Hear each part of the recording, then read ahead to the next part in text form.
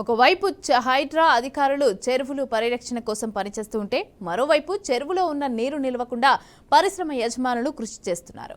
Mylardevpally division పరిధిలోని గగన్ పహాడ్ మామిడికుంట చెరువులో కొందరు కంపెనీలో నిర్మించుకొని వర్షపు నీరు నిలవకుండా పలువురు వ్యాపారులు కుట్రలు చేస్తున్నారని స్థానికులు ఆరోపిస్తున్నారు. ఇక మామిడికుంట చెరువు సర్వే నెంబర్ 247-248లో సుమారు 19 ఎకరాల దగ్గర స్థలం ఉండగా చెరువుకు సంబంధించిన ఎఫ్టీఎల్ బఫర్ జోన్లలో పరిశ్రమ యజమానులు మట్టి పోసి పరిశ్రమలు నిర్మించుకున్నారని మండిపడ్డారు. ఇరిగేషన్ అధికారులతో పరిశ్రమ యజమానులు కుమ్మక్కై చెరువులో వర్షపు నీరు నిలవకుండా కల్వర్టు నిర్మించారని స్థానికులు చెబుతున్నారు. గగన్పాడ్లో ఉన్న మామిడికుంట సర్వే నంబర్ 247-248 19 ఎకరాల చిల్లర ఈ యొక్క మామిడికుంట భూమి ఇది సికంపట్ట.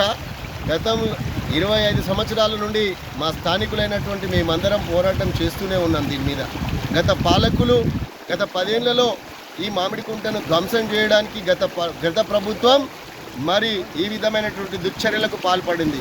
మొన్నటికి మొన్న కాంగ్రెస్ పార్టీ ఏర్పడగానే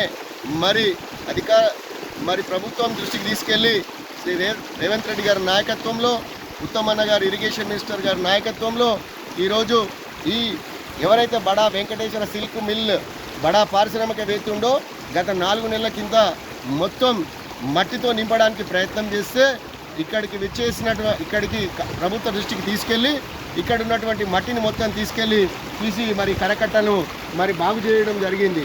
కానీ అదేవిధంగా గత పాలకులు గత ప్రభుత్వ అధికారులు కొంతమందికి ఆ పారిశ్రామికవేత్తలకి లోపాయికారి ఒప్పందం పెట్టుకొని ఈ యొక్క మామిడికుంటను ఈ విధంగా వచ్చినటువంటి చెరువులో నీళ్ళకుండా ఇది ఖాళీ కావడానికి సమంజసం అన్నది మేము అడుగుతున్నాం.